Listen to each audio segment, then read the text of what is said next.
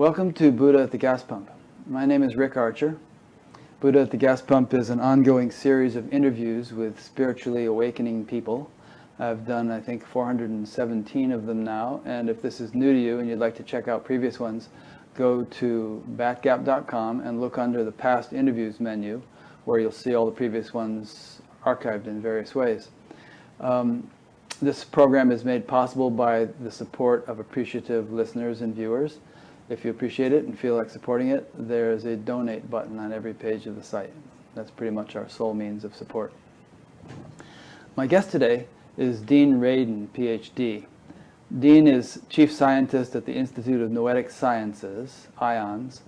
Before joining the research staff at IONS in 2001, he held appointments at AT&T Bell Labs, Princeton University, University of Edinburgh, and SRI International.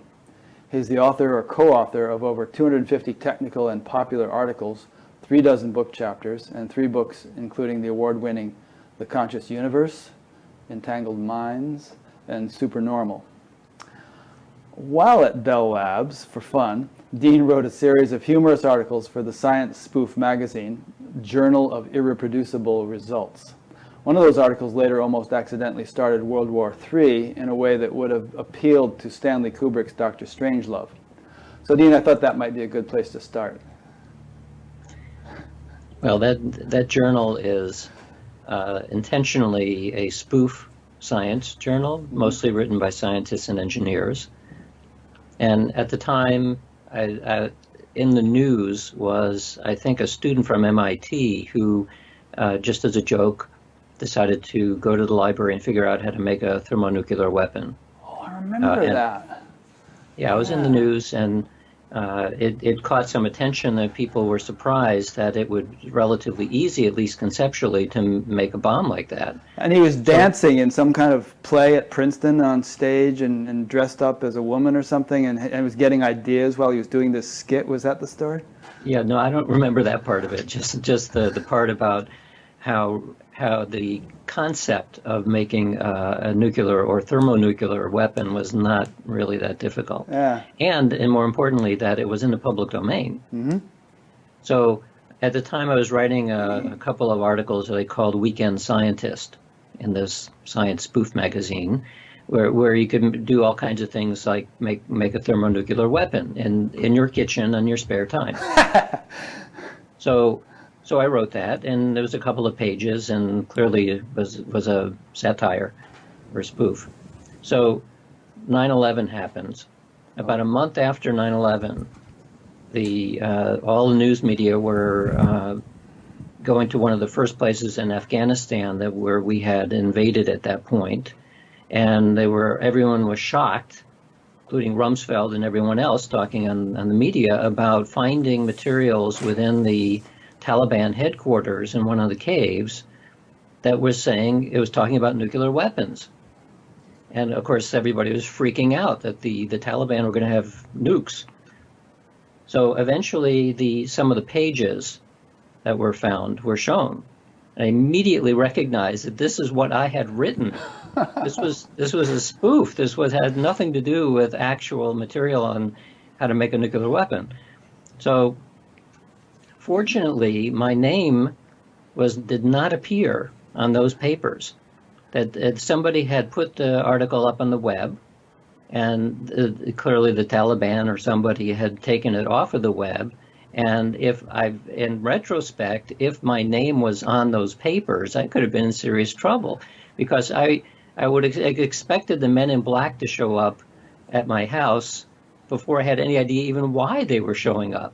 And if they had said, well, we found papers that you were talking about how to make a thermonuclear weapon, then I would not have any idea what they were talking about. That's very funny. Yeah, you would have had a Paul Manafort situation. They would have shown up in your bedroom. Yeah. So this is what happens. And this was before, I wrote this before the internet was a thing. Right. And over the years, it had taken on a life of its own and appeared on the internet. Yeah, it's funny. So that's another wrinkle in that. This kid who did this thing at Princeton, he was performing in some kind of burlesque thing as part of his, I don't know, student play thing or something, and he was sort of doing these can-can dances and what on stage, but having these flashes of insight while he was doing it, and able to come up with this concept. Well, it's funny you should mention Donald Rumsfeld, because I came across a quote while I was preparing for your interview. Maybe it was something you had quoted, or maybe I've heard it somewhere else. But Rumsfeld, interestingly, said, he referred to what we know we don't know, and what we don't know we don't know. And I thought that was apropos, of Dean Radin's world. Yeah, it's true. Yeah. I deal mostly with what we think we don't know. And of course, if you don't know what you don't know, then can't do anything with that. Yeah. And so we haven't really told people yet what you're about. But your primary focus has been in psi phenomenon, or psychic phenomenon. And you've been studying this for years and getting results, actually. And I read in The Conscious Universe that you said that psi phenomena fall into two general categories. The first is perception of objects or events beyond the range of ordinary senses, and the second is mentally causing action at a distance. And maybe it was premature for me to read that little thing, because I'd like to ask you first how you got interested in this in the first place. And you were on track to become a concert violinist, and then you got into bluegrass, which I happen to love, and then I don't know, one thing led to the next, and here you are, studying psi phenomenon with an impressive academic and technical background behind you. You're asking how did that happen? Yeah, I'm just curious a little bit about the chronology, or how one thing led to the next like that. Well, I'm asked a similar question many times by audiences, popular and technical. And oftentimes the audience is standing room only. So I turn the question back onto the audience and say, well, why is everybody here today? Why is this such a popular topic in all kinds of contexts? Popular contexts you can kind of expect, but I've given this in technical environments or governments or the military. It's always standing room only. So the way I respond then is to say that your interest and my interest are the same. Everyone has always been attracted to the notion that there's special powers or abilities that people have. They saturate our history, they saturate the entertainment world, everybody in every domain, regardless of whether they're a scientist or a layperson or whatever. They're interested because the experiences happen to the majority of the population. So the question then becomes, well, what do you do with it? Is this simply coincidence, as some scientists would say? Or is it a clue that tells us something about what consciousness is and what our capacities actually are? So the only difference then between what I do and what other people do is that I decided that this was way more interesting as a scientific problem than anything else that I've ever done. So I decided that if it was possible to make a living doing this as a scientist, then that's what I wanted to do. So by hook and by crook, and by some skill and by a lot of work at it, I managed to do that. That's great. Yeah, when you say this happens, people, the majority of the population have these sort of experiences. Like about a week ago, I was in the morning meditating, and for some reason I was thinking about this guy that I spent about a month with in 1973, I believe it was. And I heard he had died, and I was thinking about him and wondering how he died, and nice guy, and too bad, and so on. And then later that afternoon, he contacted me on Facebook. I hadn't been in touch with him since 1973, And so I guess that's the kind of thing you're referring to when you say most of the population has had this kind of thing. Right. So what you're describing is maybe a telepathic experience or maybe precognitive. Roughly half of the population talks about precognitive dreams. Crisis telepathy is very common, usually among family members. Psychokinetic effects occur, but they're much rarer. They don't happen very often. So if you start looking at the experiences that people regard as being psychic or synchronistic, roughly half of them probably are coincidence, because there's billions of people and trillions of events and things, weird things happen occasionally. And then maybe another 25% of the experiences are mistaken. They're not coincidences, but they're forgotten, or they're twisted memory that happens. We tend to conflate things in our mind, their confabulation, and so on. So it leaves roughly 25% of events that it's not entirely sure what's going on, but it doesn't look like coincidence and it's not confabulation.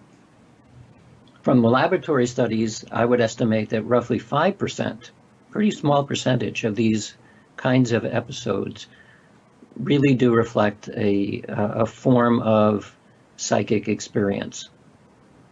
And so the remaining bits, the 20% that's sort of left over, we just don't know. It falls into that category of Rumsfeld where we don't know what we don't know.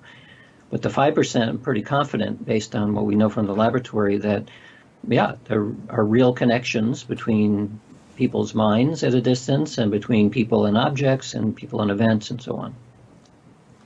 Yeah, I think the way this topic might be best understood as relevant to my show, which is about people who have had experiences of spiritual awakening, is that there's a kind of a fundamental disagreement about whether consciousness is a fundamental reality or whether it's just an epiphenomenon of brain functioning. And the vast majority, I guess, of the scientific world believes the second thing. And the notion that consciousness is fundamental is extremely relevant to the idea of enlightenment or spiritual awakening. It's central to it. And I think your work, although maybe you actually do study a lot of meditators and people like that. I don't know if you've attempted to study specifically people who say that they've had some kind of awakening in an abiding sense, but your work does chip away at that paradigm that it's a material world and it's a meaningless universe. We're just biological robots, to echo Alex Tsakiris's phrase, and that consciousness is just a biochemical phenomenon of some type. It's true. I think as trained as a scientist, you come to assume that reductive materialism is the only way of understanding reality, and that everything must be physical, material and physical. And it's undeniable that as a method of studying the nature of the physical world, it allows us to do all kinds of interesting things.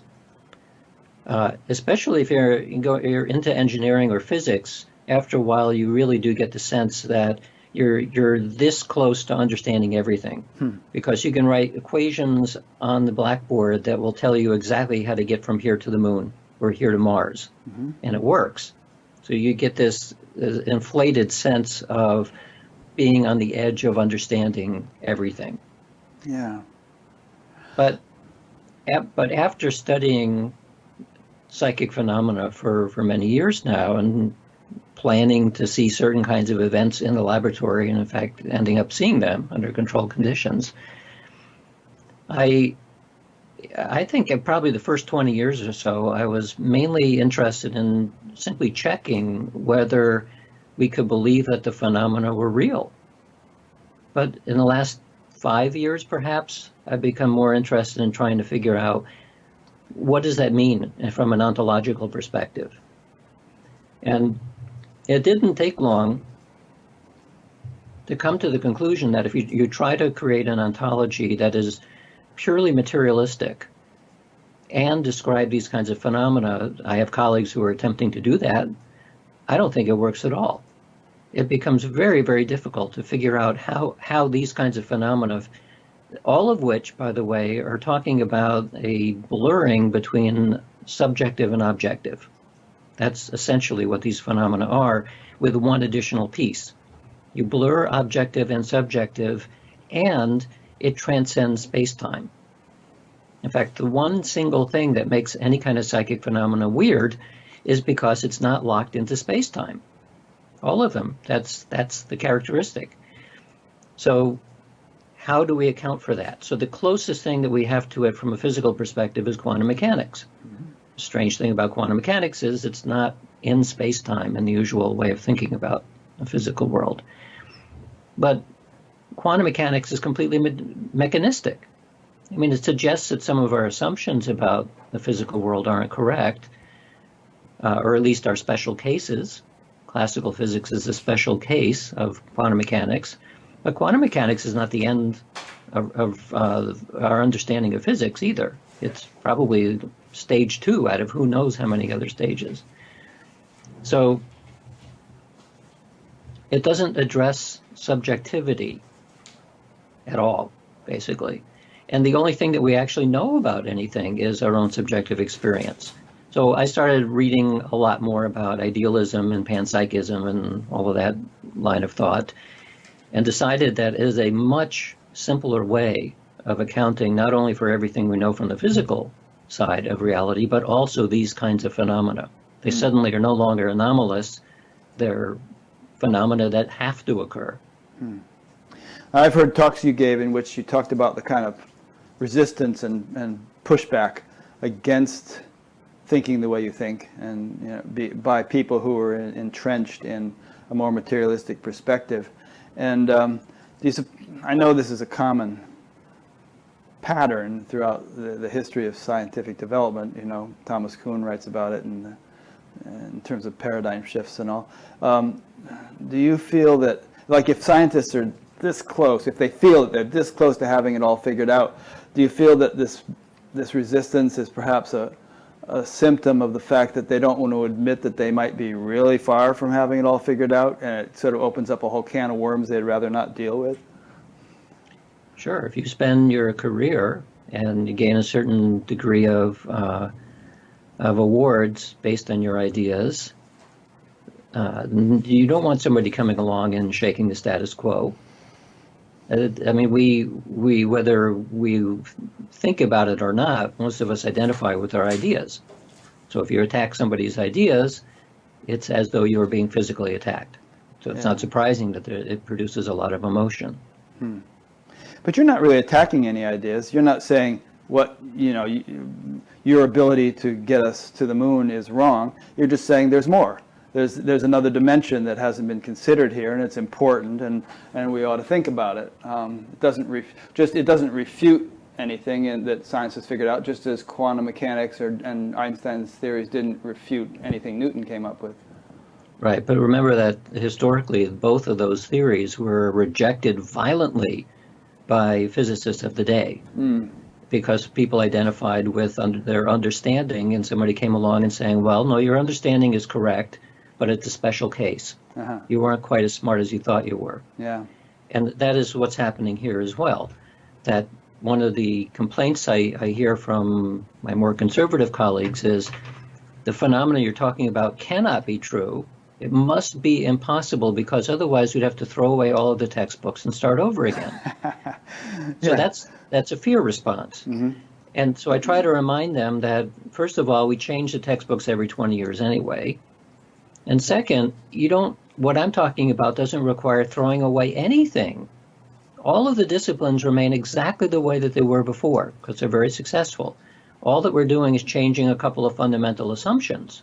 And the moment you do that, you see that the whole structure of the way that the academic system works, the way that we've carved up reality into different disciplines, those are special cases. They're valid within the little slice that they're studying. Yeah. But it's in a much larger context. In the larger context, ultimately you end up with consciousness as being fundamental in some way. And not only that, it's more fundamental in the physical world. More fundamental than the physical world, you just said. More fundamental than the physical world. Yeah, right.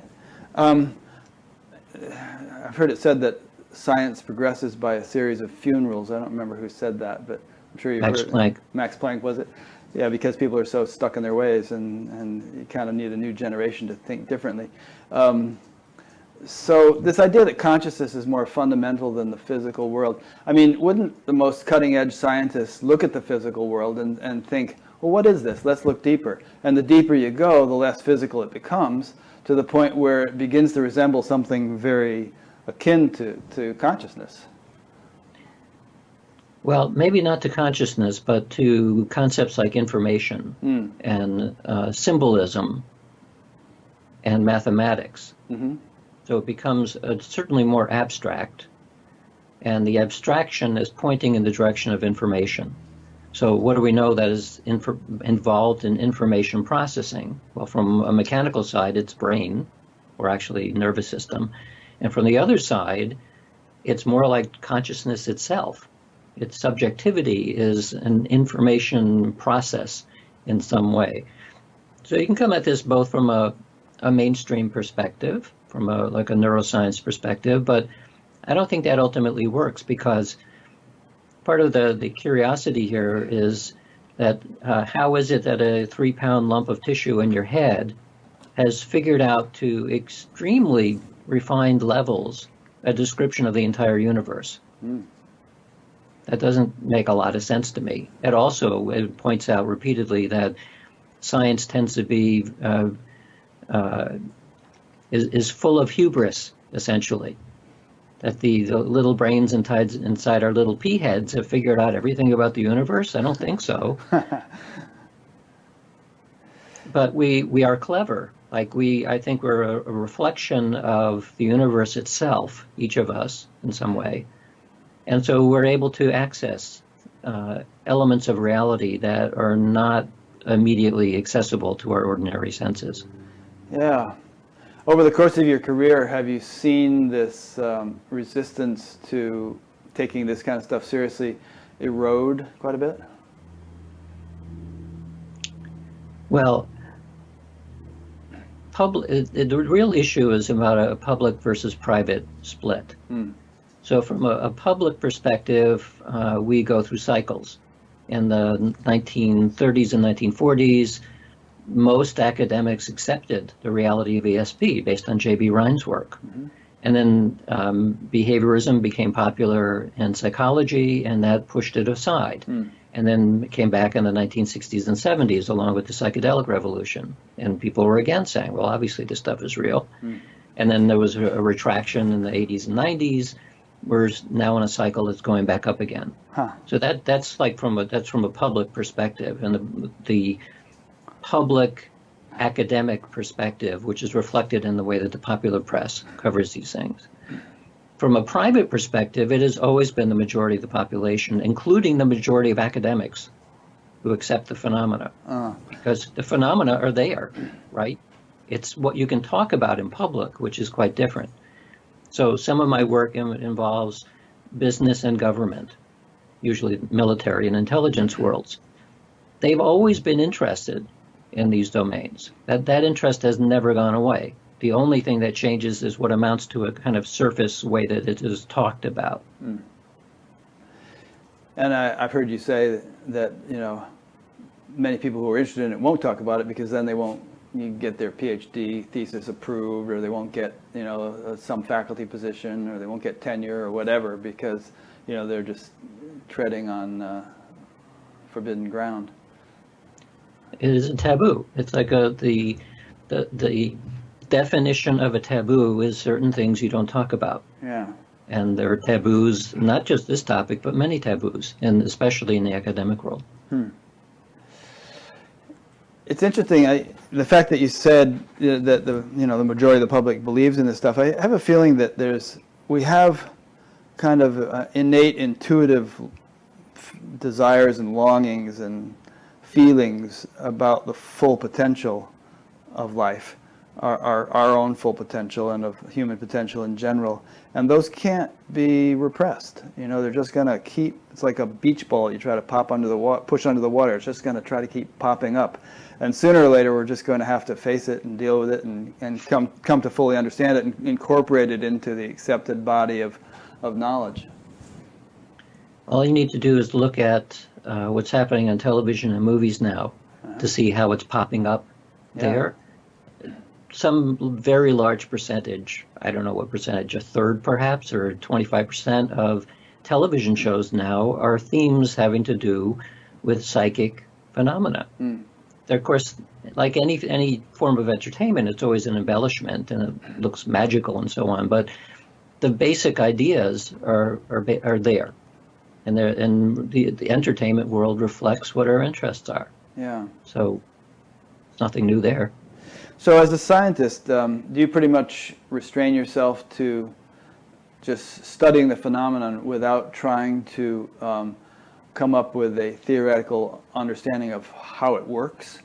You know, like, is consciousness a field, and how do we actually communicate between, you know, here in South Africa without any apparatus and so on, or do you get into that as well as actually measuring things that are measurable? Up until the last 10 years or so, I was mainly interested in more focused phenomena, on testing, empirically looking at the phenomena and trying to convince myself and others that we're dealing with the real thing. But in the last 10 years or so, I've become more interested in trying to look at questions on how do we understand this in a larger context of understanding anything. What have you concluded, or maybe not concluded, but you know, how has that developed so far? Well, as I said, I think that I've come to an understanding that this makes more sense thinking of it in idealistic terms rather than materialistic terms. Unfortunately, science doesn't have an epistemology of idealism. So we're a little bit stuck in that it's very difficult at this point to develop a theory on how things work mechanistically if you're dealing with something like consciousness. So we don't know what the mechanism of consciousness is. In fact, there may not be one. It may be that we're in a holistic environment that's fully interconnected. It's before space-time. You can't pull it apart by definition, in which case all of our methods in science fail. So I don't have high confidence that I'm going to figure this out, or that anybody else in the short term is going to figure out how any of it works. But as a more like an umbrella understanding of the phenomenon, I think it makes more sense to think of it in terms of consciousness as fundamental. Because, among other things, it reduces the anomalous nature of it. Science really does not like anomalies. Even though science advances by understanding anomalies, because it shows where holes are in our assumptions, it rejects anomalies like crazy, doesn't like it. And yet that is, ironically, the very thing that causes science to advance. So one of the other reasons why early on I was interested in these phenomena is because they do indicate that we've overlooked something very important. And by studying these effects and convincing ourselves that it's real, it would give us a clue about how to make the next big advancement. Yeah. And when you say very important, I mean, usually people might think, okay, well, maybe we're going to get some new technology out of it, like we did when we went to the moon and we figured out so many things, and it you know, it gave us, you know, sorts of breakthroughs that we wouldn't have otherwise had if we hadn't made that effort.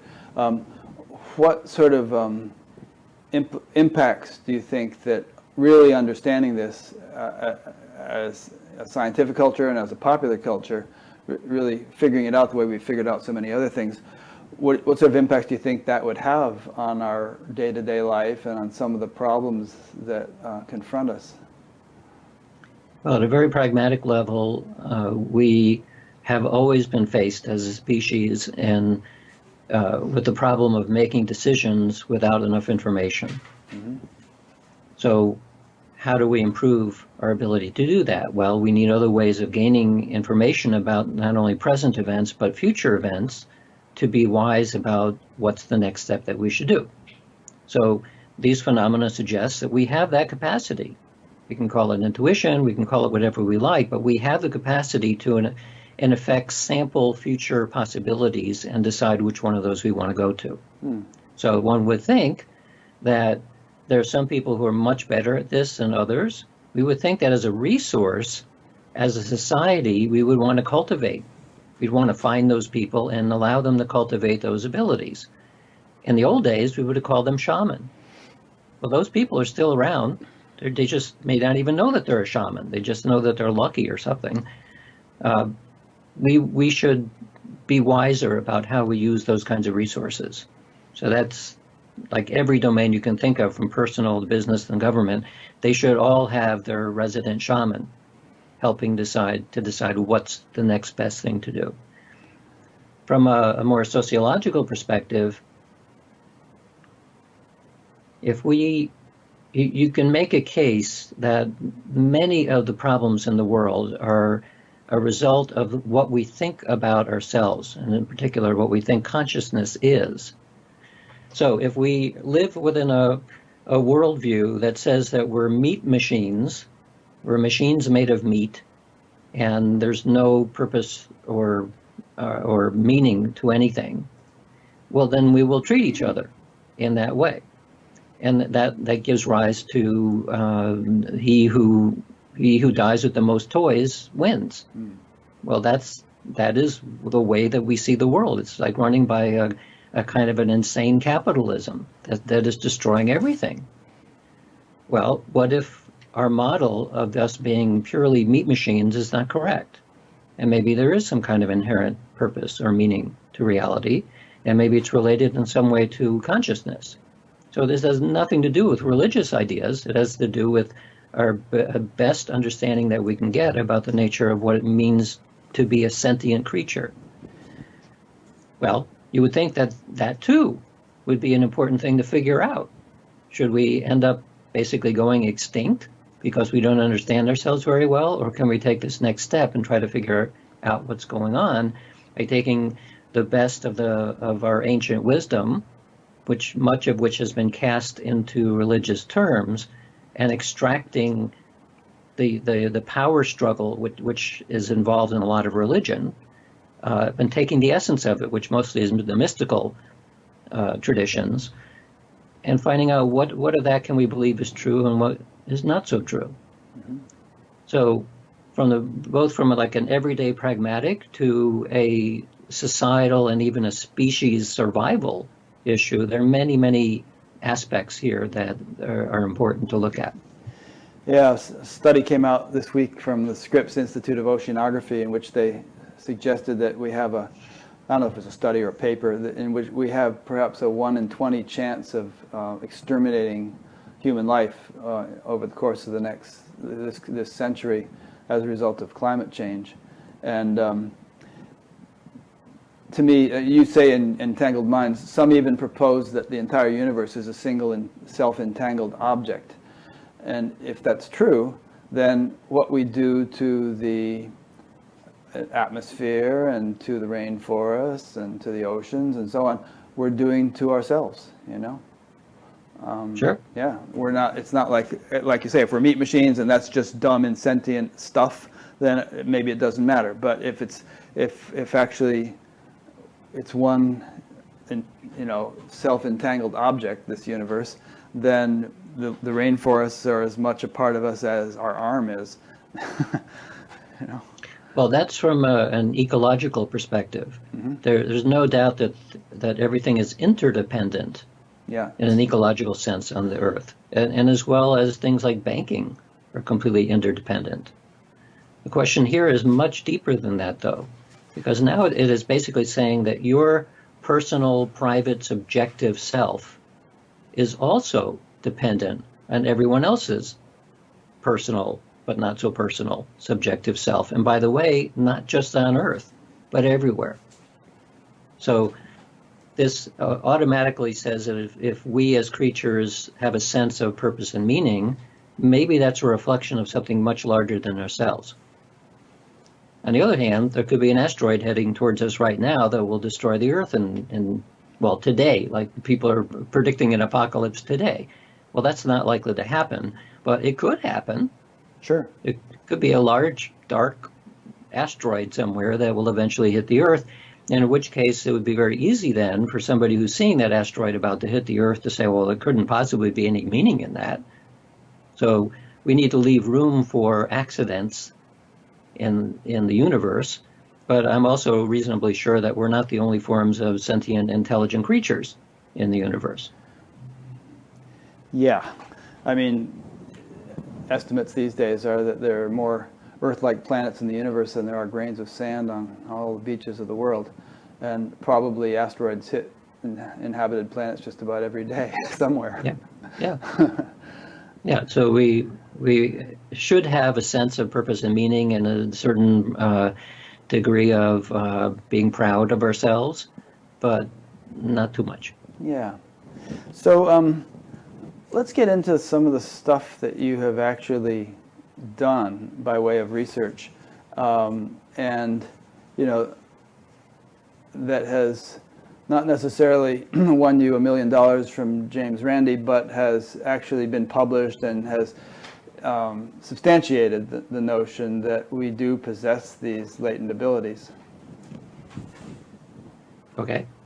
Anything in particular? Well, where would you like to start? I mean, what are you most proud of, or inspired by, or what do you think people would find most interesting that have among the fruits of your research? So a lot of the work that I do starts from common experiences. Mm-hmm. So one kind of experience is, and this happened to me 6 months ago or so. I was driving out of a strip mall and approaching the main street out of the strip mall. And to my right, I couldn't see anything on the main drag because there was a bank in the way.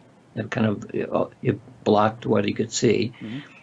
On the left, you could see a little bit further down the street. So I was approaching the light that would allow me to get onto the main drag. And as I approached it, it turned green. Mm-hmm. So normally I would accelerate and saying, okay, I have a clear shot. I didn't see anybody on either side. But for some reason, I just felt this was not right somehow. Mm. So I slowed down. The person behind me did not like that very much because we had a green light. Right. But I slowed down and I kept going slower and slower and slower with a green light and nobody visible. Mm. And as I approached the light, somebody blasted through the light from the main drag at 50 miles an hour, not stopping at all for the red light. Mm. And I realized that if I had continued on in the normal way, I would have been hit broadside or it would have been a serious accident. Yeah. So that is not that uncommon for people to pay attention to. If you get an internal sense that something is not right about this. Hmm. There's a verse from the Yoga Sutras which goes, Hayam Dukkham Anagatam, and it means avert the danger that has not yet come. Yeah, you be aware of it, basically. Mm-hmm. So I call that presentiment. It is a feeling about a future event, not a cognition. It's not precognition, mm-hmm. but presentiment. So the question is, how do you take an experience like that and see whether it's coincidence or a real thing? So I developed a paradigm or a protocol in the laboratory where you put people in simulated danger, or you put them in a simulated emotional context to see if their body unconsciously would physiologically respond differently to an upcoming event that was emotional in some way as compared to one that was calm. So the way we did that is you create a pool of pictures that are either very emotional, positive, or negative. So positive emotion would be like an erotic picture, and negative emotional would be a picture of an accident or surgery or something like that. And then a whole bunch of calm pictures, picture of a tree, picture of an ashtray, things like that. Actually, an ashtray may not be so neutral anymore, but maybe a trash bucket or something like that. But something that doesn't have much emotional content to it. Right. And then you sit somebody down in front of the computer screen, you wire them up to look at some aspect of their physiology. We've looked at skin conductance, at pupil dilation, at EEG, at heart rate, at blood pressure, all kinds of things. And in one form of the experiment, you'd have them press a button. 5 seconds later, one of the pictures would be randomly selected and shown. And then for 3 seconds, and then the picture would go away and they would relax for the next 30 or 40 seconds, and then they would repeat this. The important element in the experiment is that nobody knows in advance what the picture is going to be because it's randomly selected, and it's randomly selected after that first 5-second period where you're waiting. The screen is blank at that point. And so it's not, even the computer doesn't know what it's about to select because it does the selection instantly before the image appears. So there's no clue anywhere about what's going to happen. So the prediction would be that if we are sensitive, if our perception extends through time a little bit, and we're sensitive to what's about to unfold, will your body begin to gear up to become aroused before an emotional picture and remain calm before the calm picture. So it's a differential measurement. And to make a long story short, after 15 years of experiments that I've done and colleagues around the world, the meta-analysis shows very clearly that this is a real effect, that physiology does respond to what's about to unfold. The timing, and because of the way the experiment is done, is somewhere between around a second before the event up to approximately 10 seconds. And the difference depends on what factor of the physiology you're talking about. So the brain tends to respond very quickly, heart rate tends to respond a lot slower. But if you look at it in the right time scale, you can see that the body responds differently to your future. And you're studying average Joes. You're not getting psychic people into the lab. You're just taking graduate students who have a little spare time, want to earn a few bucks or something, and getting them in there, right? Right. Yeah. Yeah, we generally do not work with people who make special claims. Mm-hmm. That is not always the case. Sometimes we do look for people with special ability. But in general, I'm interested in what is true in the population as opposed to what is true for somebody who has special skill. And so what we're able to show then is that for more or less, not completely unselected, because people don't do the experiment unless they're at least interested. Yeah.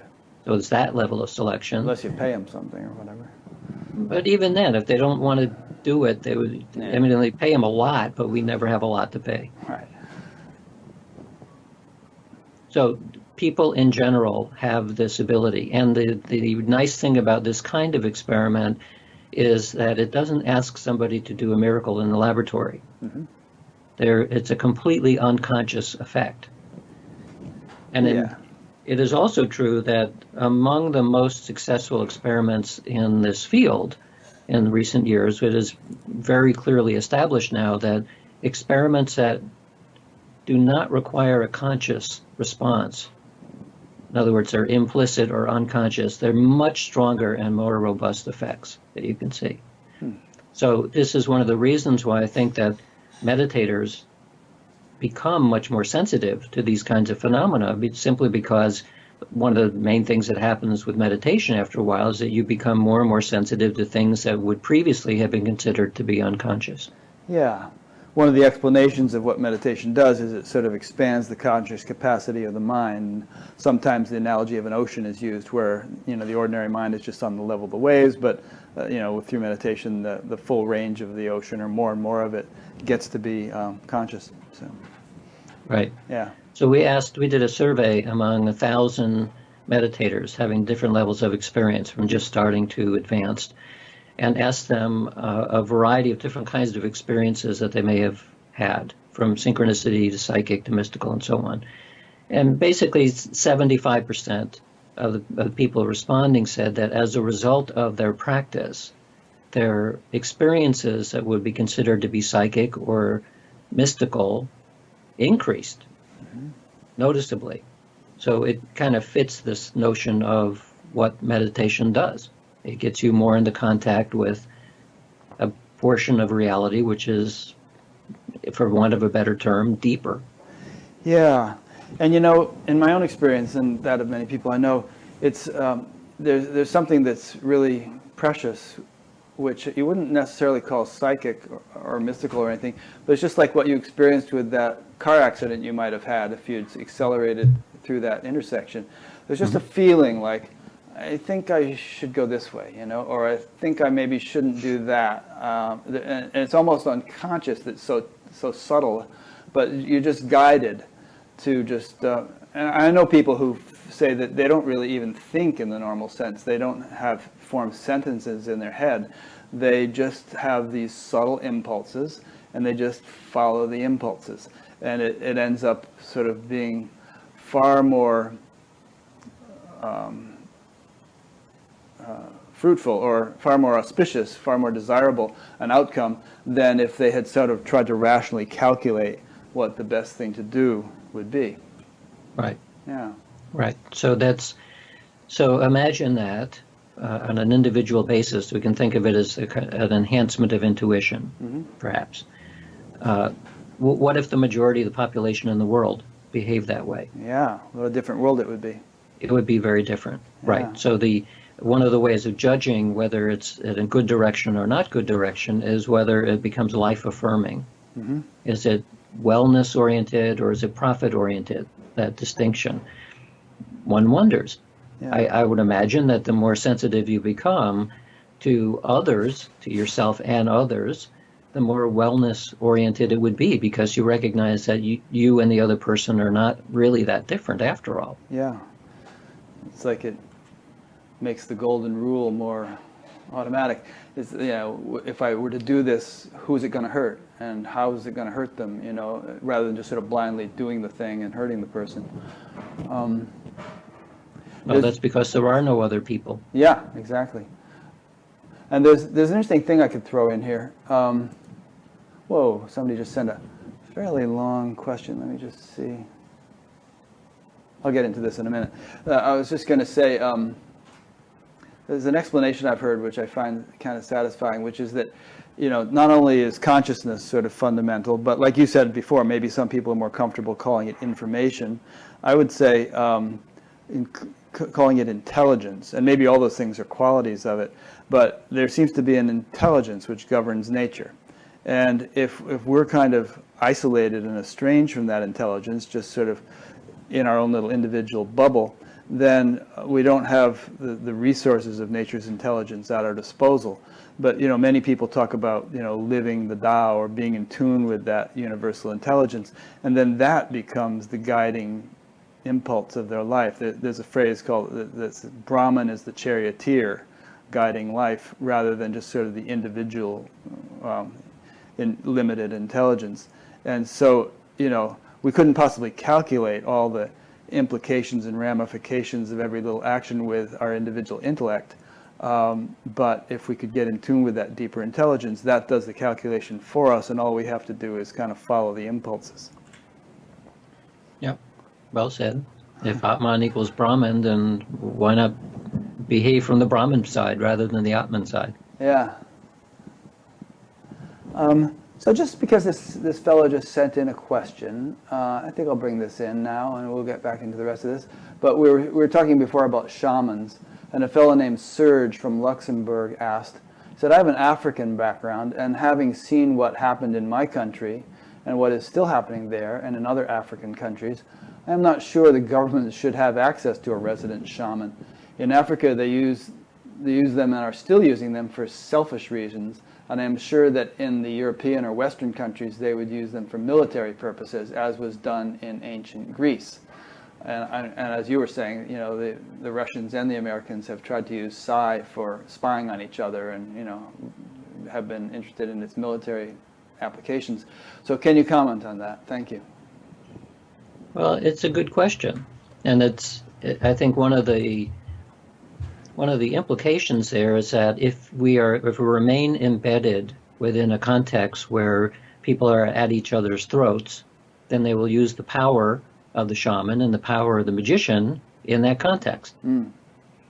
So if we're in a different context where we recognize that consciousness is more important than we thought before, and we switch from a capitalistic, crazy, aggressive society into one that is more that is seeing the world as a single whole, and we probably should take care of each other and the planet, then the shaman could be used for other purposes.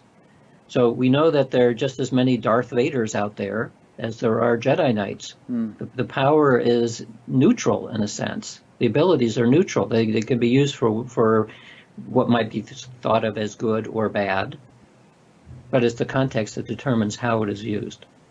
So I don't think that in the current context that we can automatically assume that a shaman who had actual ability, as opposed to sham facilities, but as someone who actually had ability, that they would automatically use it for good purposes. So that is a good question. Yeah, it is. I mean, last year at the SAND conference, Science and Non-Duality Conference, I remember you gave your talk on magic, and I think you touched upon the notion of sort of black magic or dark magicians and so on. And and obviously we've talked about movies, and you just referenced Star Wars, and so it's an interesting question. I mean, you know, there are so many forces of nature that can either be harmful or beneficial, and this could be one more. You know, is there any sort of safeguard or developmental procedure that we can conceive of that would tend to favor a more benign, altruistic development and application of these latent abilities? I don't know. Do you have any answer to that? Well, look at why is it within the classical yoga tradition that a large portion of the Eightfold Path is teaching students about morals and ethics. Good point. Because people who are in an advanced state recognize that if your ego gets in the way, you do become Darth Vader, because power is seductive at every level. So you could be seduced to the dark side fairly easily. Yeah. Interesting point. I was just corresponding with someone this morning. In fact, his email just came in as we were talking about a particular guru whom I won't mention, who, you know, and there are many people can think of many examples, who just became very, although people were very attracted to him, and he had great charisma and power and wisdom and wrote some brilliant books, did some really creepy stuff and ruined a lot of people's lives and marriages and finances and all kinds of things. So it's an interest for me, and it's something I'm actually going to talk about at the SAND conference myself this year, the ethics of enlightenment. And we could just, for the context of this interview, refer to it as the ethics of developing psychic abilities and latent capabilities. I think it's really important because there have been so many horror stories. Yeah, it's probably the common theme about gurus in general is that they have some kind of ability. They learn very quickly that people gravitate to that, and to resist the seduction of the power, very, very difficult. Yeah. Which, in some people say, in the Zen tradition, if you have awakened, wait 10 years before you start teaching. Exactly. Yeah. And the same would be true or at least a case can be made that if something were discovered about psychic phenomena that made it very robust, a method, you take a pharmaceutical, you do some kind of practice, do anything, and become really, really good at it, would it be appropriate to release that knowledge? A case could be made that it would not be. Yeah. So we, as a species, we are not sufficiently mature to be able to withstand that power. Yeah, that brings up an interesting. A lot of people, I mean, I've often thought that certain knowledge and abilities will only come when we are mature enough to handle them. I don't know if there's much evidence for that, considering what we've been doing to the world, but that there are certain concepts that become part of the popular culture when they're ready to. Like someone like Steven Spielberg will come out with some great movie, and it'll just, you know, really blow people's minds and popularize a certain notion, like extraterrestrials or psychic ability or whatever. And it might even be that people like Spielberg and George Lucas and so on aren't even conscious the extent to which they are serving as tools of something bigger that's guiding the culture along. Mm-hmm. Yeah, well, especially creative artists are embedded in that field, for want of a better term, a little more than others. They're sensitive to what the population wants to see. And so they reflect it. Yeah. You mentioned, speaking of things that aren't probably going to happen until we're ready for them, at one point in some talk, you talked about possibly using psychic ability to connect with extraterrestrials rather than through radio waves. Radio waves being a rather primitive form of communication that, you know, is actually already going out of vogue even on this planet. Any comments on that? I thought that was interesting.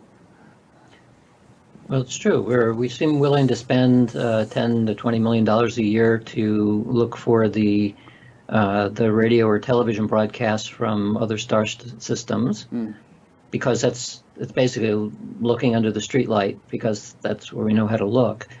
But realistically, if there were intelligent creatures out there who are way more advanced than we are, and we can already, I think, glimpse that our consciousness is capable of things that are way more interesting than electromagnetics, then what we should be using then is not giant telescopes, but people who have special skills who are sensitive to receiving information from elsewhere. So there are people who claim that they're in contact with creatures from other planets, and of course they're dismissed as being kooky. It's very difficult at this point to be able to vet, are they correct or not, right? Because we don't have independent methods. But in principle, it would be possible to confirm or deny what's going on. I mean, for example, if somebody claims that they're in contact with people from the Pleiades, which is a commonplace for some reason that people talk about, I think it's because the word Pleiades is pleasing to say. Well, then get 5 people who are claiming to talk to the same folks in the Pleiades and ask one certain questions and then ask the other similar questions and start to compare notes, basically, to see if, in fact, they're communicating with the same people and getting the same kind of ideas. This is, in principle, similar to what you would do if you're doing a radio communication. You use multiple ways of testing whether the information is correct and consistent. So why are we not doing that? Well, there are people doing it, but not being funded $10 million a year to do it, because it's not considered within the way that we do things at present, at least not in a scientific fashion. But it could be. Does the SETI program get $10 million a year? Well, I'm thinking of Paul Allen, who is funding the Allen Array, and so they've gotten tens of millions of dollars to do that. And the SETI program, which is no longer part of NASA, but as an independent entity, they get support, a lot of support, way more support than the kind of research that we do. Yeah, and it's funny because, I mean, radio waves are really slow, even though they're at the speed of light in terms of the size of our universe, whereas the kind of thing you're talking about is not constrained at all by time or distance. As far as we can tell, the phenomena we're talking about are not in space-time, so they don't have those constraints. We won't actually know if that's true until we at least have a colony on Mars, and we can do experiments from here to there, because you can't get far enough away on Earth to check whether speed of connection is actually light speed or beyond. The reason why I think it is still beyond light speed is because of precognition. Because then the moment that you can get a signal from what we consider to be the future, we're clearly not dealing with ordinary space-time. Yeah. Huh. Here's an interesting little segment from Entangled Minds that I took note of because I wanted to discuss it with you. You said, some scientists suggest that the remarkable degree of coherence displayed in living systems might depend in some fundamental way on quantum effects like entanglement. Others suggest that conscious awareness is caused or related in some important way to entangled particles in the brain. And then that other thing that I read earlier, some even propose that the entire universe is a single self-entangled object. So would you explain a little bit what is meant by entanglement and why coherence displayed in living systems might depend upon it?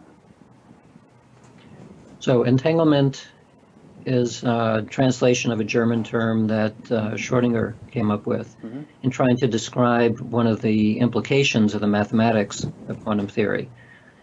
And from a quantum perspective, at least the way that Schrödinger's wave equation was devised, if you have two objects that interact, actually if you have just one object, it's described by its wave function. That's the way that the mathematics works. If you have two objects that interact, they're described by a more comprehensive wave function. Part of the wave function then has mathematical components that are the combination of both objects. So the implication was that when two things interact, they get into a mixed state, that they no longer have independent properties, their properties are shared. So that's what was meant by entanglement. Their properties are shared. So Einstein didn't like this idea, which is why he came up with the notion spooky action at a distance, because the implication would be that you have two objects that interact at some point and then they go on their separate waves, and yet they're not independent. They both contain part of each other, not in the form of a classical correlation, like two things that are spinning in the same direction, but part of their properties are literally then mixed together in a way where it doesn't matter where they are, they will still be connected. Yeah. So they can be on opposite sides of the galaxy, and if one changes in one way, the other changes instantly the other way, or so they say. Well, in a more subtle sense, but yes, Yeah. but they're no longer separate in the usual way of thinking of Right. separateness. Okay. So it took 30 years before John Bell figured out how to experimentally test that this is true, and now the experiments have been done many times, and it shows that it is in fact the case that there is a kind of sharing of properties, and objects are not separate anymore. And the separateness is curious because the connection is not in space or time. It transcends space and it transcends time. Mm-hmm. That is why then you can come to the conclusion that at some point a lot of things have interacted with each other. In fact, on the Earth, virtually everything has interacted with everything else over millions of years, in which case, at some deep level of physical reality, the Earth is one holistic chunk of stuff. And maybe the whole universe then is one chunk of stuff. This is now purely on a physical level, has nothing to do with the possible subjective side to it. But even at a physical level, we're living in a massive bowl of Jell-O, so it's all one thing somehow. Mm. So now you add in subjectivity. This is like looking at the thing from the outside, like looking at the brain from the outside and knowing nothing about what's going on the inside. Well, the inside is the subjective awareness of the object. So if you can have something like a brain, portions of which are down at the level of atomic particles, things like ions transporting between synapses. Well, those are subject to the laws of quantum mechanics. That means that there's entanglement happening in the brain, happening everywhere, but in the brain as well, which means it's a holistic object, some elements of which are not in space or time, but there's also subjectivity to it. Even from a classical neuroscience perspective, we know that there are correlations between the activity of the brain and subjective awareness. So that means that there's some elements of subjective awareness that are not in space or time. This is a progression of what we know from physics today. Mm-hmm. If elements of subjectivity which are not time, that is exactly what we as mystical and psychic experience. Yeah. When I hear an explanation like that, I sort of think of, kind of like an ocean analogy of, you say there are some elements that are not in space and time, that just the deeper you go, the more universal it becomes. And, so you get away from the specificity of the wave to the universality of the depth of the ocean. And that, fundamentally, everything is infinitely correlated. Everything in the universe, intimately connected with everything else, and what was it you said? A single self-entangled object. There's nothing that is isolated from anything else. Right. Yeah. And so there are people whose personality is such that their sense of reality is driven very strongly by the ordinary senses. Mm-hmm. For those people, this kind of talk is crazy talk. Yeah. Because they don't have, their experience does not include the possibility or the experience that what we're talking about could possibly be real. For them, everything is common sense, classical objects which look separate, and people are separate, everything is separate. So that is pretty large chunk of the population, maybe the majority, I'm not quite sure. I think it is. Yeah. So for them and those who become scientists who have that personality type, no wonder they resist this like crazy. Well, I have found that in general, that people who are attracted to things like meditation, it's changing now because meditation is now prescribed as an anti-stress approach. But in the old days, people who would be attracted to something like meditation were not those kinds of people at all. There were people who had an internal sense of connectivity, even though they may not even express it in those terms, but they would feel it somehow. So for them, what we're talking about is straightforward, kind of fits. Yeah, and even a lot of people who take up meditation for stress and all, after a while, many of them begin to realize there's something more, you know. Right. Maybe the stress is taken care of, and then they start opening up to deeper realities and so on. Very similar to somebody who may come from a perspective of common sense equals reality. It's like naive reality, it's common sense. Well, you take a psychedelic and suddenly that's no longer true. Yeah. So it oftentimes takes a very strong personal experience to question your prior beliefs, and otherwise there's no reason to change. Yeah. You said in one of your articles, I enjoy the challenge of exploring the frontiers of science, and I am comfortable tolerating the ambiguity of not knowing the right answer, which is a constant companion at the frontier. I like that way of thinking, and you know what we're talking about here is people who are convinced that they have the right answer and that things are the way they perceive them to be and so on, but I think it's much more interesting to live with a sense of wonder and mystery and you know, not pitching your tent on you know, some limited ground. Right, but I remember when I was in training in engineering school, that you do get a sense after a while of a feeling of control and power over your understanding of the way things work. Because I was in a class, for example, where we were designing rocket engines. And you learn that the mathematics can describe how you need to move a rocket engine so that you can basically push a pencil up into orbit. Yeah. Well, you see that you could do it with partial differential equations, and then you build it, and then it works. Well, so you understand something. And it doesn't take long before that sense of understanding inflates quickly. And you get a sense that even though you may not understand everything from every other discipline, that you're on the right track, and you got it. Well, I remember what that felt like. And so I have great sympathy for scientists and engineers who do get this kind of inflated sense that we're so close to understanding everything. And maybe it's because I also came from an artistic background or something where I realized that sense was an illusion. Yeah. People were saying that back in the 1800s, you know, they're saying we pretty much got it all figured out and there won't be any major discoveries after this. And, you know. Right. No reason for anybody to go into physics because it's already known. Yeah, yeah. So it's just a perennial limitation in people's vision. I'm sure, I always think in terms of spirituality that everybody's a beginner relative to what is possible, and I think that's probably true of science as well. You know, there could be civilizations that are millions of years more advanced than ours that, you know, would make us look like Stone Age characters. Sure. Yeah. No, I'm convinced that that's true.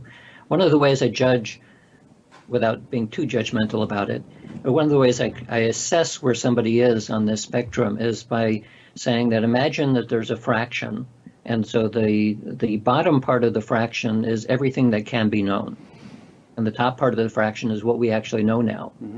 So is that fraction closer to 1 or closer to 0? So somebody who has an inflated sense, from my perspective, an inflated sense of what we think we know, they're going to say we're a lot closer to 1. Yeah. We're pretty close. I think we're so close to 0 that it is effectively 0. Yeah, I would tend to agree. It's interesting, you know, your example of rocketry and getting something into orbit, and how it imbues you with a sense of power when it actually works. You're able to do that. For some reason, it reminded me of supernormal abilities, which I've also heard you talk about, such as the things outlined in the Yoga Sutras, the various siddhis. And you know, if those things are real, people being able to levitate or become invisible or, you know, that kind of stuff, it would imply that they have some kind of mastery over natural laws which we don't really understand. but it implies all kinds of things. I mean, it implies a deep connection between consciousness and the laws of nature that is not commonly understood. And it would be really cool if something like that were performed, because rather than the real tiny subtle things that you find when studying large numbers of people, if individuals could perform that and it were proven that they weren't just magicians, then it would sort of be an in-your-face forcing of a reassessment of our understanding of life and consciousness and matter and everything else. Well, I think historically that has happened. There have been people who are quite good at some of the cities. Yeah. I think it's happening a lot for gurus who become popular, that they may not have the advanced cities, but they have elementary ones. Right. A lot of people have elementary ones. Even among the advanced yogis, they all recognize that it's extremely rare for somebody to have the advanced cities. Yes. Because it's not only that you have 30 years of meditation experience, but you also have talent in that particular domain. It's also important that within the Yoga Sutras, there are prohibitions about demonstrating it. You don't demonstrate it. It's like Fight Club. You don't talk about it. And for good reason. That you can imagine in today's world of somebody who had these abilities, who were demonstrating it, no one would believe it. Everyone would need to see it personally. Even if they saw it personally, most people would not believe it. Because we're used to seeing these things as tricks, even in person. For those who do end up believing it, they will immediately become completely devoted to that person. That person then is going to be seduced by the power of doing it, which is why the prohibition is there in the Yoga Sutras. You don't do this. We're not ready for it yet as a species. So elementary cities are okay. We study these in the laboratory. We know that they're real. The major cities may need to wait until we're Homo superior, or at least something beyond Homo sapiens. Yeah, they may need to. I was part of the TM movement for many years, and we all learned city practices in the 70s, 77, 78. And to my knowledge, no one has convincingly demonstrated them at this point. And even some of the subjective ones, I don't think there's been any proof. And very often the alibi used is, well, collective consciousness isn't ready for it. Right. Yeah. So I asked John Hagelin, who's now in charge of the TM movement. Yeah, who was a student of mine back in the day. I taught him to meditate back in the. Oh, wow. So I asked him, well, what is the status of yogic flying? Has anyone been able to do it? And the answer is no. There's hopping, but there's no flying. And there's the hopping, not even any hovering. I've done the hopping, and it's muscular. There may be sort of an energetic impulse that causes it to happen, but I don't think any Newtonian laws are being violated. Right. So I said, well, levitation is probably one of the most advanced cities. So why did the Maharishi start with the most advanced city as a way of demonstrating that the cities exist? And there's no good answer to that. The Maharishi had his own ideas in mind, I guess. But why not start with an elementary city? Yeah. Like teach people remote viewing or clairvoyance or something that most people have to begin with. That would be easy to demonstrate. It would also be easy to demonstrate not only that the phenomena exist, but that the practice of city yoga would make it better. So, to my knowledge, no one has ever tried that. What did Hagelin say when you asked him that? I didn't ask him that specifically. Oh, okay. Yeah. But so I guess now it's the teaching of Siddha Yoga or the Siddha meditation method is still going on. Oh yeah, TM City program they call it. Yes, and people will claim, I've talked to people who claim that they privately will experience some of the more advanced cities, but they don't demonstrate it. Yeah. So there's no way to know. Well, believe me, I did that whole thing for 25 years out of a sense of obedience and dedication, and I never saw any evidence. I believe it's possible. I believe people have levitated throughout history. It just hasn't happened in contemporary experience. At least not in a way that can be objectively measured or verified. Right. Yeah. But one thing I did experience, I've heard you allude to this in some of your talks, is, meditating in large groups. One time I was in a group of 8,000 people all meditating together for a week or two. And boy, it was palpable. The atmosphere was so thick, with this sort of bliss and coherence and energy and so on.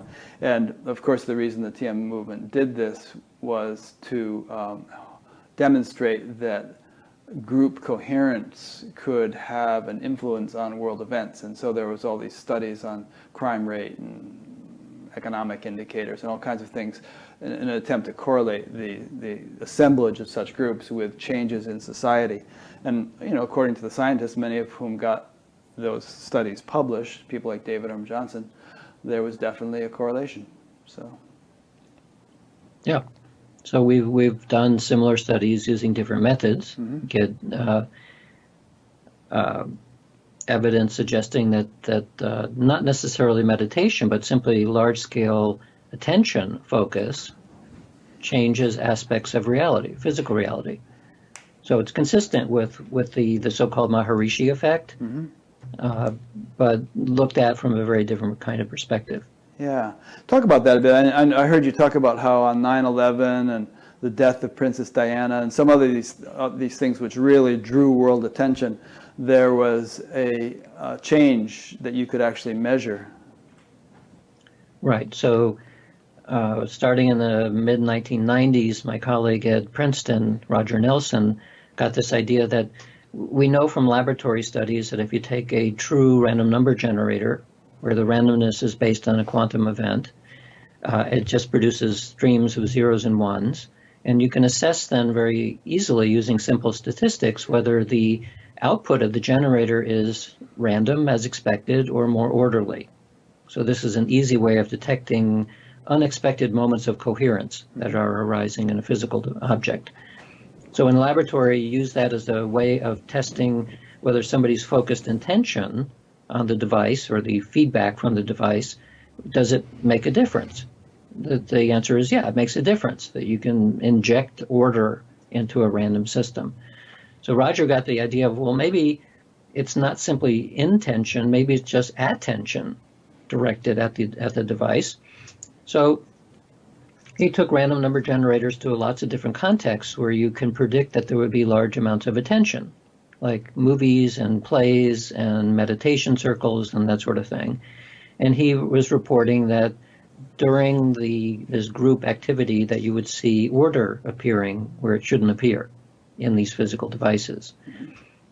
Then starting in 97 or 98, we decided that Roger and me and a few others were talking about, wouldn't it be nice to have a system that was running all the time so we could take advantage of unexpected events that we knew that would draw the world's attention.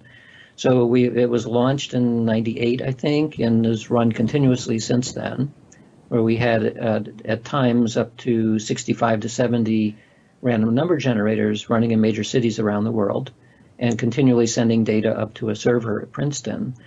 And so one of the events that we looked at was 9/11, and many other events, 500 or so since we started, that were events that attracted a large proportion of the world's attention for some time. And the question is then, since we have a continuous database now over 18, 19 years of random data from all over the world, what happens to that random data during times when a predictable proportion of the world is paying attention? And the answer is that it doesn't look random anymore. It's no longer random. It's becoming orderly in some way. So there's two ways of interpreting the results of this experiment. By the way, it's a 7 sigma result. What does that mean? So a 7 sigma result means, if you think in terms of the way the normal curve looks, that generally something is considered to be statistically significant if the mean, the center point of that normal curve is chance, and then plus or minus about 2 standard errors, standard error and a sigma are the same thing. 2 standard errors is where most things happen. If you go out to 3 standard errors on either side, becomes rarer, but 7 standard errors is the odds against chance are beyond 1 trillion to 1. So at that stage, you're way, way out, way far away from chance. So that's where we are after 500 events in what we call the Global Consciousness Project, which was really Roger's baby, but there are a bunch of people involved in this thing. So there are two ways of interpreting what's going on. One is that when we selected an event to look at, that was important, that we were somehow selecting events that were going to give a good result. And this does not mean that we look at the data and then decide to use it. We define the event first and formally define the event, and then we go look at the data. So by doing the formal selection of events, those 500 events accumulate to 7 sigma. So we know that it's a real effect. We still don't know exactly how to interpret the meaning of those events, but that is nevertheless what we get. So for the last couple of years, we've been doing experiments like this using new kinds of random number generators that we brought to Burning Man. Mm-hmm. Because Burning Man as an event is nice because it's isolated from the rest of the world. It involves 2 major events that have the 60 or 70,000 people all focused on that same event. And one is the burning of the man, the other is the burning of the temple. Mm-hmm. So we've used commercial random number generators and generators of our own design that we brought to Burning Man to see in that context, could we get any evidence that there's unexpected order appearing in the randomness? And the answer is yes. We see indications like we've seen in the global scale at these more local events. And in the last 2 years, we brought our own devices to Burning Man, where we're recording the noise itself, the electronic noise, rather than turning it into bits, because all the previous studies looked at random bits. But now by taking the noise, we're able to see, is the reason why we see effects in bits because the noise changes. To make a long story short, yes, the noise changes too. So the metaphor we used in our last study last year was maybe what's happening is a disturbance in the force. Good one.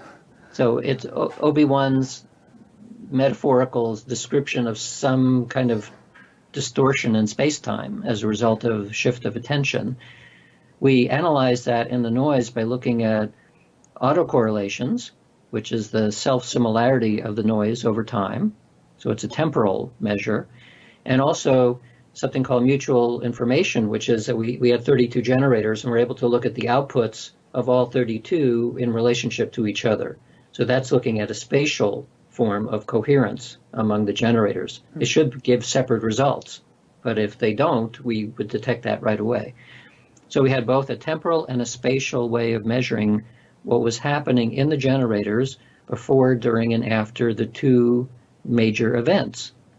And we saw that there were what amounts to distortions in space and time, consistent with the idea of a disturbance in the force, a warping of space-time as a result of lots of people suddenly focusing at the same time. Seems like you could do this at baseball games and things too, you know? Well, we have colleagues who have done it. Yeah. We have colleagues who have done it at places like when the Red Sox finally won the World Series after many years and things like that. So yeah, it could be used in lots of contexts. Yeah. What I don't understand is how and why human attention on something totally unrelated to a little random number generator machine, such as a baseball game or Burning Man, should affect a random number machine. I mean, what the actual mechanics of physics would be that would cause this machine to churn out numbers differently than when people's attention was incoherent. The reason you asked that question is because we are so embedded in reductive materialism that that's the only way we can imagine that something could happen. Uh-huh. So now turn this on its head and say that maybe we really just live in a universe that's all consciousness. Yeah. Right? So the physicality is emerging from it somehow. Mm-hmm. In which case, if you go to an unusual period where some localized domain of consciousness becomes highly coherent and focused, that the physicality which arises from that is going to look a little bit different than it would if you have a gazillion different directions of attention all the time. So one of the ways that you would detect that this moment of highly ordered consciousness would be a more ordered form of physicality. Yeah. And so it's not just the random number generators that are changing, everything changes. Yeah, refrigerators and Volvos and everything else is being influenced, but just the random number generators have the sensitivity to change in a way that we can measure. Not only that, it's the only thing that we're measuring. Yeah. So if we could detect a moment of coherence in a plant or a refrigerator or a battery, we would find that all of it changes if we were smart enough to figure out what to measure. That's what the implication would be. I get that. That's a good explanation. It's the first time I've ever understood that. It's like, I don't know, a simple example might be if you can somehow make the ground in a forest be more fertile, then all the plants are going to be nourished simultaneously, just automatically. So that there's sort of a, like you say, there's the force or a field of consciousness, and if that can somehow be enlivened, and if group events, you know, things that focus large numbers of people's attention can enliven it, then since that field is common to everything, refrigerators and Volvos and all living beings and everything else, then there's going to be a sort of a universal upwelling of influence, and certain things will be able to measure it. Certain physical apparati will, and also human beings will if they're sensitive. I mean, these days, do you concur with that my understanding of it? Yeah, that's right. Sometimes I like to put things in my own words just to kind of make sure I got it. You know? Sure. The other metaphor I use sometimes is a Mobius strip. Right. So a Mobius strip from a distance looks like a ribbon. A ribbon has two sides, like mind and matter being two sides of something, different, not connected at all, other than through this ribbon. But if it's a Mobius strip, then what looks like mind and matter are actually one and the same thing. So whether you see it as mind or whether you see it as matter, it depends on how close you're looking and how you're looking and all the rest. But because it's on the same strip, when one part of it is doing something, the other part has to do something similar because it wasn't separate. So that's another metaphorical way of looking at the relationship between two things that appear to be separate, but they're actually not separate. Yeah. Incidentally, one of the things the TM movement used to say about this coherence created by large groups of meditators, which I would say applies to any kind of meditation, is that it has parallels in the physical world in terms of, you know, 1% or even the square root of 1% of the elements of a system influencing the whole system. Like it's said that 1% of the heart cells are pacemaker cells and they kind of coordinate the beating of the whole heart, or the square root of 1% of the photons in a laser have to get coherent, and if they do, then the rest of them entrain with those and the whole thing becomes one coherent beam. So their explanation was that if even a small percentage of the population can be generating adequate coherence, then it can have a major effect on the much larger numbers of people. Right, and vice versa. So we see, given today's politics, that if you have something which is like a disentrainment, that it could create more disorder. Yeah. And so as we see what is happening in politics today, that you can pull people together or you can push them apart, because it's true that you have like catalysts that can push in either direction. Yeah, it's a tug of war. In my last interview with Paul Mueller-Ortega, we talked about that image from the Vedic literature where the gods and demons are having a tug of war with a snake as the rope, and it's the snake's wrapped around Mount Meru. But anyway, there's just seems to be this tug of war always going on between coherence and incoherence. Right. A woman named Prithivi from MIT sent in a question. Sloan.MIT. Is there a school at MIT called Sloan, a particular subsection? Okay, so her question is, can you share with us examples of interesting studies that have been conducted with folks with advanced cognition? Advanced cognition. I guess you mean precognition, perhaps? I don't know. We did do a study with long-term non-dual meditators. Maybe that's in the right direction. Maybe. We'll take a crack at it. And she can always send in a follow-up if she wants to. So we recruited people who had a minimum of 20 years of active practice in non-dual meditation, things like Dzogchen. And this was a presentiment experiment of an extremely simple type, where they would go into their meditation, they'd wear special glasses that had little lights that could flash in the glass, and they wore earbuds that could make a tone. And we wanted to see what was happening in their brain at 32-channel EEG. Would their brains respond before a light flash or an audio tone, and where it respond be different? In other words, would the response reflect the fact that they were getting visual input or audio input? You wanted to see how the future event would it affect it, and would it be differentially measured where it was affecting it? So I think we had 8 non-dual meditators and 8 matched controls for gender and age. So the joke around where I live is that it was much more difficult to find controls than it was to find meditators. Because it's California, right? Yeah, I mean, go on any side street, you'll find an advanced meditator. Right. But to find people who have never meditated is somewhat difficult.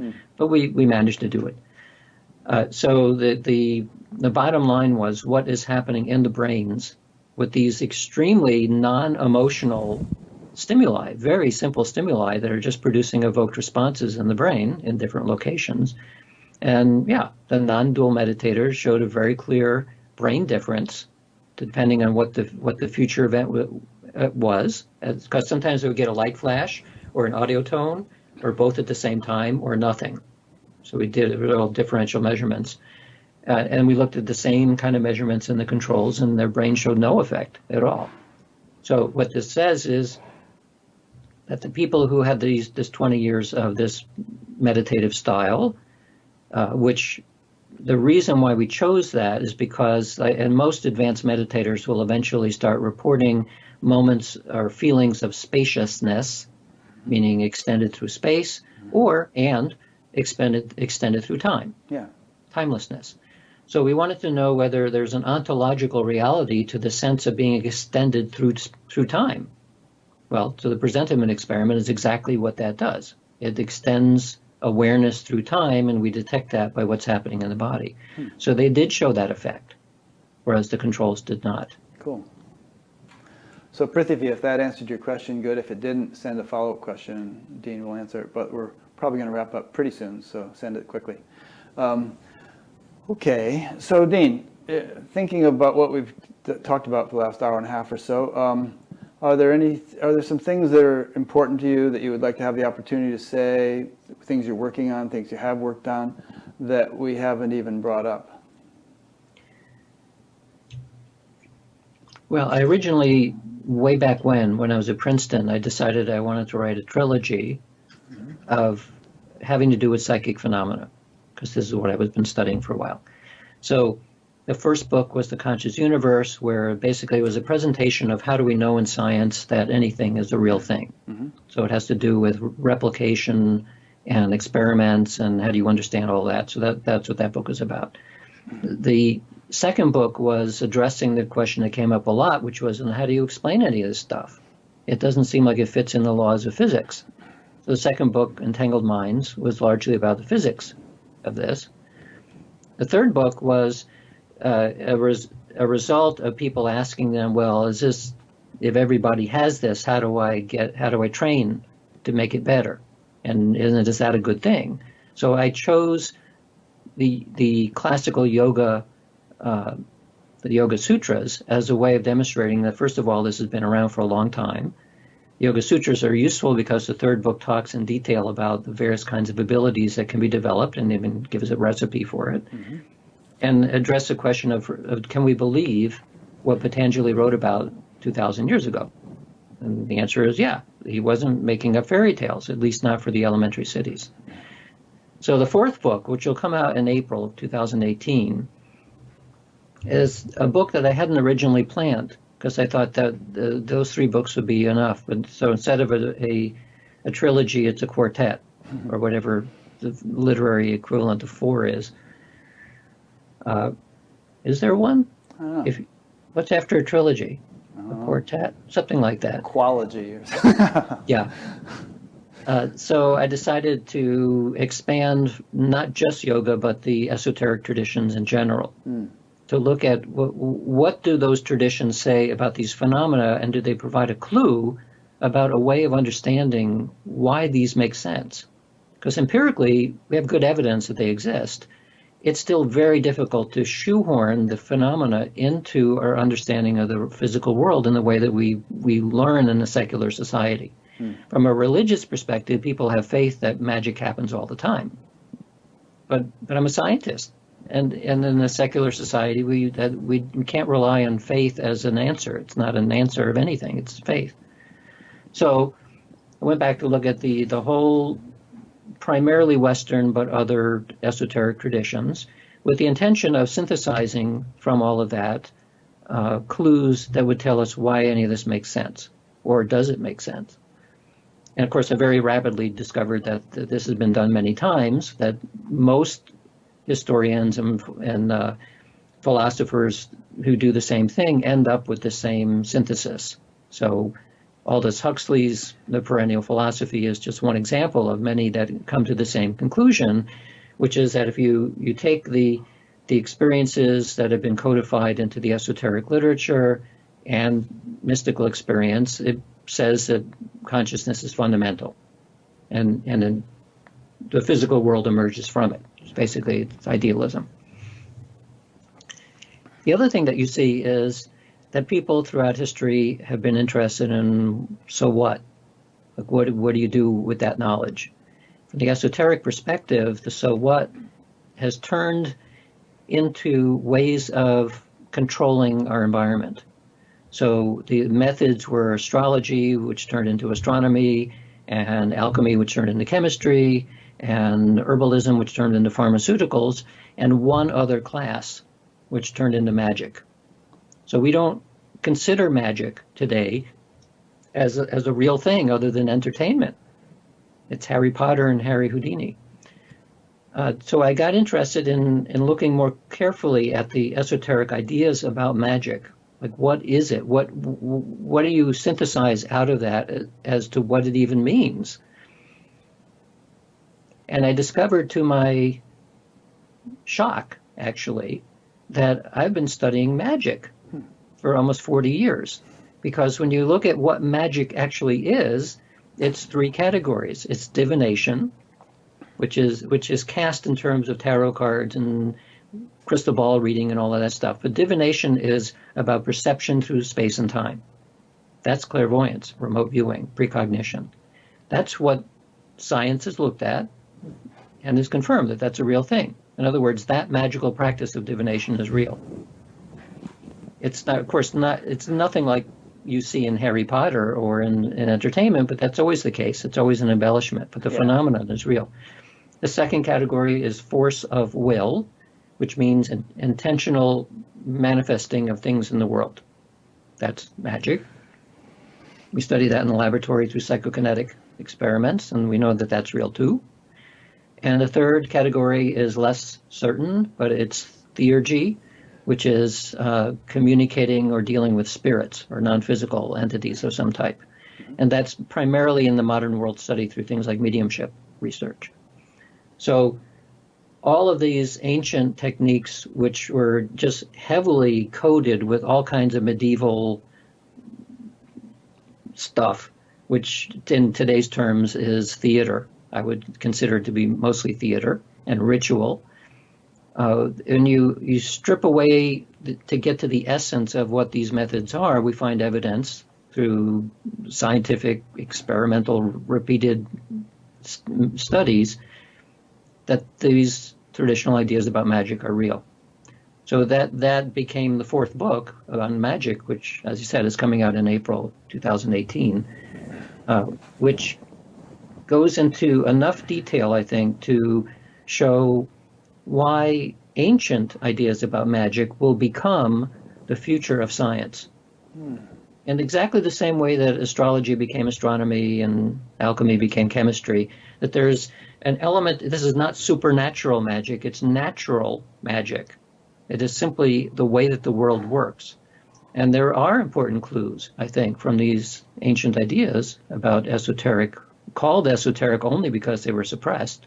It's not esoteric for any other reason. And the same is true for occult. It just means hidden, suppressed. Yeah. So I spend a chapter and a half in the book talking about why I think this actually is the future of science and not a reversion to the past. Interesting. I want to question you on that a little bit more. To me, the whole sort of Vedic understanding of consciousness is fundamental, and not only fundamental, but it really is everything, and that it contains within it all the impulses of intelligence that govern the manifestation and maintenance of the manifest universe. So consciousness contains all the intelligence, all the laws of nature that govern everything. That makes it so easy to understand how the phenomenon you study could work, and how phenomenon we have not yet seen, such as levitation, could work. Otherwise, it's a complete bafflement, and you have to reject it as bogus if you're operating from a materialistic viewpoint. Right. Yeah. No, it's true. That's why it is very, very difficult for someone who has been inculcated into materialism as the way, the only way, especially, to study how the physical world works. It's very difficult, maybe not possible, to take these phenomena and figure it out. As the example was before that you said, how could focused attention change the world? Because the immediate thing that we turn to is what is the mechanism by which from the physical is going to the other side. And if that is, it may be completely backwards. You start from the other direction and suddenly it becomes very straightforward. Yeah. So something you said a minute ago fascinated me, which is that this is the future of science. And I sometimes think that a time will come, I don't know when, 100 years, 300 years, where people will sort of be bemused about the rift between spirituality and science. It will seem like, primitive. And because these subjective and objective approaches to gaining knowledge will have merged into a kind of a common endeavor, and each of those branches will have contributed tools that the other didn't have, and will sort of augment and supplement one another. So in other words, for instance, subjective means of gaining knowledge, meditation, that kind of thing, can enable, if used in a systematic way, could enable us to explore all sorts of subtle realms that physical scientific apparati are too crude to measure or to detect or to explore. And on the other hand, science, with its sort of logical, methodical, approach, can take a lot of the hocus pocus and mumbo jumbo and subjective confusion out of spirituality and make it a much more rigorous and systematic thing. But the two coming together will just provide us with a seamless understanding of nature that it won't be fragmented anymore. It'll just give us the whole range. What do you think about that? Well, I think it's inevitable. Yeah. I'm more optimistic that it's not going to take 300 years. It might take as little as 20 years if we simply decided that it was something we wanted to do, at least to make a step in that direction. Well, it's already happened for some people, such as you, but for it to happen for the culture in a predominant way might take a while. Hopefully not. I don't know if we have 200-300 years to wait. Well, that's the thing. See, we may not have the time to wait. Yeah. This is another reason why I think that trying to search for radio signals from aliens is not the way to do it. Yeah. Because it's easy, at least for me, to project that eventually you're right, that what we currently call spirituality is simply a more refined form of the physical world that we don't have good words for yet, that involves subjectivity in some way. That aliens who have any kind of intelligence at all will have figured that out and be way ahead of us. Even 1,000 years, which is nothing in space terms, 1,000 years from now, if we have any degree of cleverness at all, we'll figure out a lot more about this. And at that stage, you would realize that, I guess if you wanted to be in another planet, you just think in a certain way and you're there. You don't need ships. You don't need any of the mechanisms that we normally think about as requiring how to travel from here to there. Where maybe you don't need to travel physically. There are other ways, other forms of physicality that we don't have good names for yet. But that the concepts are there. We just don't know how to use them very well yet, other than in what amounts to theater. We have theatrical ways of using it.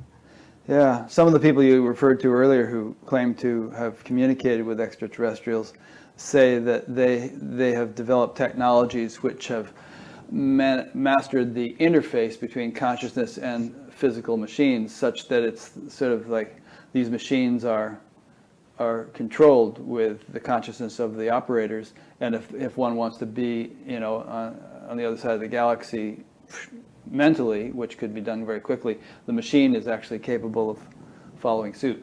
Very Star Trekky, but Yeah, well, no way, it's way beyond Star Trek. yeah. I mean, it sounds like pure fantasy at this point, but I think it's a natural consequence once we begin to understand better the relationship between mind and matter, which is why for the last 10 years or so, that's what I've primarily been concentrating on, the mind-matter interface as an area of study.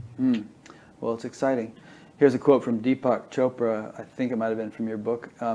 He said, there are two camps of visionaries, from the distant past and the fringes of the present, and that they're both advancing on us. I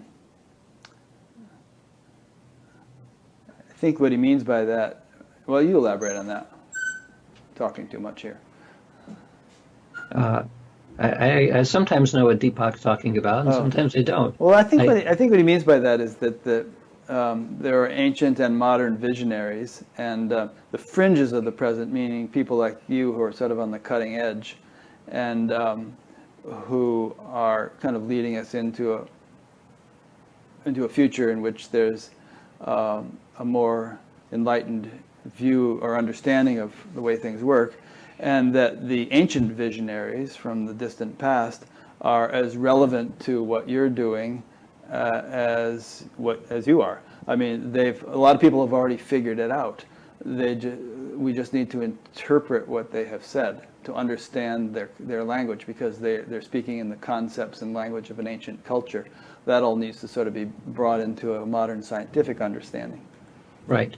So it becomes a language issue. I'm reasonably convinced that mystics throughout history have all been trying to say the same thing, but we are limited by our language. Yeah. The nice thing about science is that it has enabled us to go into more abstract places where language begins to fail.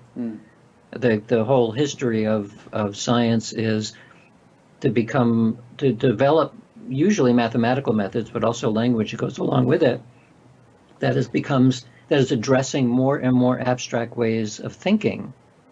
So if you can make a case that if you only had counting numbers, like numbers starting with 1, like 1 through 10, you could describe the universe in a certain way. Most of it would be classical forms of universe, but without developing 0, you couldn't get very far. And that you could get much less far if you hadn't developed fractions. If you haven't developed transcendental numbers, or haven't developed complex numbers or set theory and so on. At each stage, when you develop more and more complex ways of thinking about reality, just purely from a symbolic level, because that's what mathematics is, that you can't get deep enough. So the deeper you go, the more abstract it looks like if you're sitting on the surface. And yet there are people who live in these very deep levels, either experientially or mathematicians. And I think this is one of the reasons why people who do this very abstract math, they're not normal people. It almost in the same way that somebody who's a very advanced meditator is not a normal person anymore. Yeah. Normal meaning the average Joe Sixpack on the street. You can't be. You can't be at that level of abstraction and be able to express it to other people. You may be able to demonstrate it through your beingness, but not talk about it very easily. As the Beatles said, the deeper you go, the higher you fly. Yeah. Well, very good. I really appreciate this discussion. I hope others have enjoyed it. Is there any kind of concluding remark that you would like to make? Nope. You're good. Yeah. Okay, great. Well, we covered a lot, and it's a lot of food for thought. Let me just make a couple concluding remarks.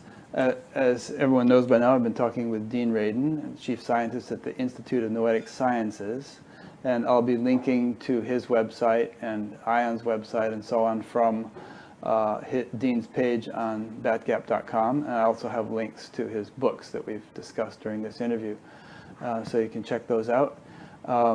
Also, while you're there, check out all the other stuff that's on the site. Past interviews under that menu, audio podcast if you want to sign up for it, email notifications of each new interview if you want to sign up for that, the donate button, which you don't, actually you can sign up for that. There's a monthly one and there's also a one-time one, and various other things. There's not too much, just explore the menus and you'll see what's there. So thanks for listening or watching, and we will see you for the next one. And thanks again, Dean. We were going to do this a couple weeks ago, but Dean had a cold, which he's now gotten over, so he's very flexible in rescheduling this, and I appreciate your time. My pleasure. Okay, thank you.